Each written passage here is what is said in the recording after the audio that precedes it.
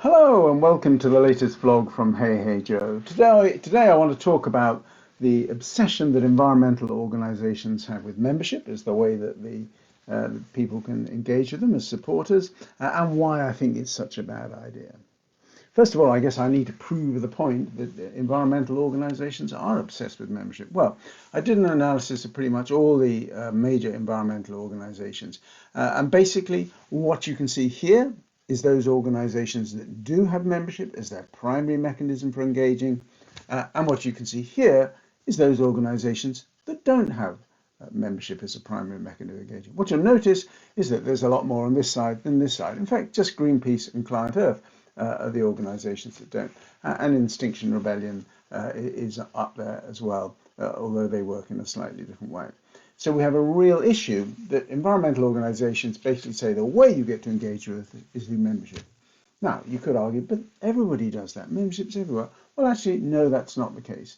When I looked at the animal sector, there are a number of types of membership, but none of them are the primary engagement mechanism. Yes, you can be a member of the RSPCA, but it's not actually the main mechanism that you'd think about engaging.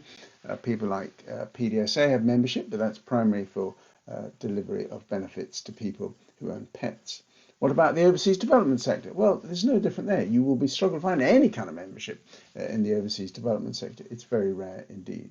So there is a specific issue that the environmental sector has membership in a way that almost no other sector that I can find does. So that's my case. That's the problem that I think is an issue that needs to be sorted. But why is membership such a bad idea? Well, I've come up with 8 reasons when I've analysed it to why I think membership is a bad idea for the environmental sector. The first one is that membership is culturally and historically falling out of fashion. You go back 50 years, yes, lots of people were members of political parties, and lots of people were members of trade unions or memberships of church congregations or whatever else. And all of those have declined in the last 50 years, and in the last 25 years, and in the last 10 years. When we ask the public, less of them are members than they ever were before. So still having membership is like a bit like having a car from the 1950s. It's a bit out of fashion. It's a bit not what is done in today's world. That's reason number one. Reason number two is that actually membership in the way that it's done is bad for diversity. And that's because membership appeals to a particular kind of person. Largely it appeals to people like me, nice white, middle class, prosperous, privileged people getting on a bit. They're the kind of people who like membership. And that means that only certain kinds of people will become members. And that means that the base of support from environmental organizations will be that much narrower. When you only have one product in your sweet shop, then you only have one kind of customer. So you cannot get a diverse membership, a diverse supporter base without having a diverse ways of engaging. So membership is a bad way of getting people to have a diverse base. And the irony, of course, is that environmental organisations that promote biodiversity while simultaneously having almost no support of diversity. That's not good.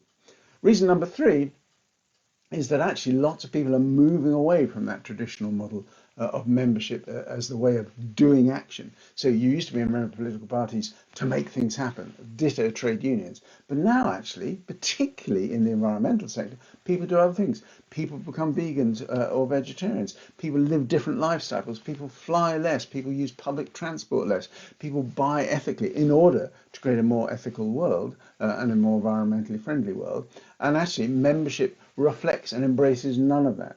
So if you look at what young people are doing in particular, what you discover is that they're the ones who are traditionally not joining up as members and are more likely to have alternative things. And that's why people like Extinction Rebellion have had such a following amongst young people, because it appears to be doing something and it appears to reflect the world in which people live. The fourth reason that I think it's a bad idea is that actually when you mix membership with voting, what you have is a group of people who've come up through the ranks. So you have all those members, they stand for election, they become your trustees, and then actually they are largely the rather narrow base of supporters that members are. They have a very homogenous view of the world, they're a very homogenous group of people, and that's not good for giving you challenging boards which move things forward. And indeed, that may be why everything is so homogenous in terms of membership, is because all of those voting members don't see the problem. The next thing is a slightly different issue. It's that actually membership from an income point of view rigidifies contributions. In other words, if you want to become a member, if you want to engage with the organisation, it says £42.13 is what it takes to be a member. No more, no less, unless, of course, you want to be a couple.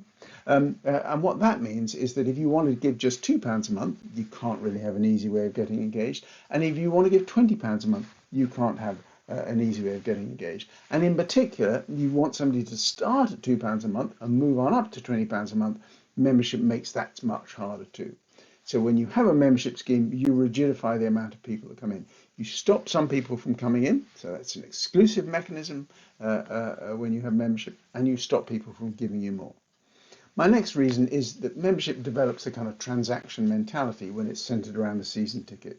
So when you look at National Trust, it says join us because you'll get fantastic access to all our things. When you don't then use it, you go, oh, I'm not using that season ticket that I thought was great value anymore. The kids are grown up, etc., etc. Maybe I shouldn't go on being a member. And it's a particular problem when you create a transaction mentality, and that's principally people like National Trust, RSPB, and at the same time you have no transactions to be any good. Most of the environmental organisations who have membership do not have anything that they charge for, and therefore National Trust and RSPB create the transaction mentality, and actually everyone else is like, what value am I getting from this? When actually it's a cause-based membership. And that leads me to my next problem with membership, is that actually membership has a huge range of things that it covers. So membership, for example, it covers joining a gym, it covers joining a trade union, it covers joining a political party, it covers joining a building society, it covers joining a co-op, and so on and so on and so on. So membership is all sorts of things, and there are all sorts of types of membership. You can have a membership of a professional body. You join the BMA as a doctor because that's the professional body that supports you, or the Institute of Fundraising, or whoever else it may be. But all of those are different types of membership, but they all have this one term. And part of the problem with the way that the environmental sector does it is there are two types of membership, principally the season ticket, National Trust, RSPB, and the values type, Friends of the Earth, County Wildlife Trust, etc. Now, what that means is they should be marketed differently, but actually they have the same name, they're marketed in the same way. You get the same endless bump from these people. They've got to have a magazine, they've got to have a list of events, they've got to have all of this stuff and so on. And that has a really confusing effect on how people see and understand membership. My last reason is that what it says about the individual. So when you say to somebody, become a member, you create a higher threshold than you do when you say, just make a donation. So you stepped up the bar, you made it a little bit tricky because people think, oh yeah, well actually if I'm going to be a member of this organisation, that says something about me, that says something about me and my values, and that makes it more difficult to join. And that's partly because that is the case for some kinds of membership. You only join a political party when you have certain views. So membership is such a multi-headed beast with so many types of membership that even when your membership to you as an organisation doesn't have any kind of conferring of who you are and what you are, for other people it may do. What do we do about all of this? How do we make a difference? Well, the first thing I think the environmental sector needs to sit down and say is, what do other people do? How do other people get around? They all survive without this massive obsession with the membership. So what are the issues? What about lotteries? What about sponsorship? What about a tier of different types of ways of engaging with the organisation from £2 a month to £20 a month? What about high value membership schemes? There's a whole range of things out there that could be being done but aren't. The next thing is a simple market research exercise. Who's interested in the environment? And then who hasn't joined a membership organisation? And what are they doing instead? What are they doing about recycling or lifestyle and so on? And then you can begin to get a sense of who's not joining that club called membership and what might they join instead. And the last thing is not really a practical action, it's more remembering a way of things. One of my mantras is that the old precludes the new. When you have existing things in place, they tend to stop new things happening. And what that means in practical terms is that when you have something like membership, you may have to work twice as hard to create a new scheme because what you have is all sorts of people who are, well, membership is what we do, membership is what we've grown up with, membership is what's in our blood, and therefore you may need to do something which looks and smells and behaves a little bit or differently in order to get it past your board of trustees, your staff, and all of other stuff. And that maybe you create almost a sub-brand of an organisation to appeal to young people rather than attempting to get young people to have a youth membership. That's it from me. It's a rather long one today, but there's a lot to talk about. Don't forget there's a blog as well if you prefer to read things, not just listen to me witter on. I hope you found this useful, and thank you very much for listening. Don't forget to go to the heyheyjoe.info website for lots more where this came from. Thank you very much.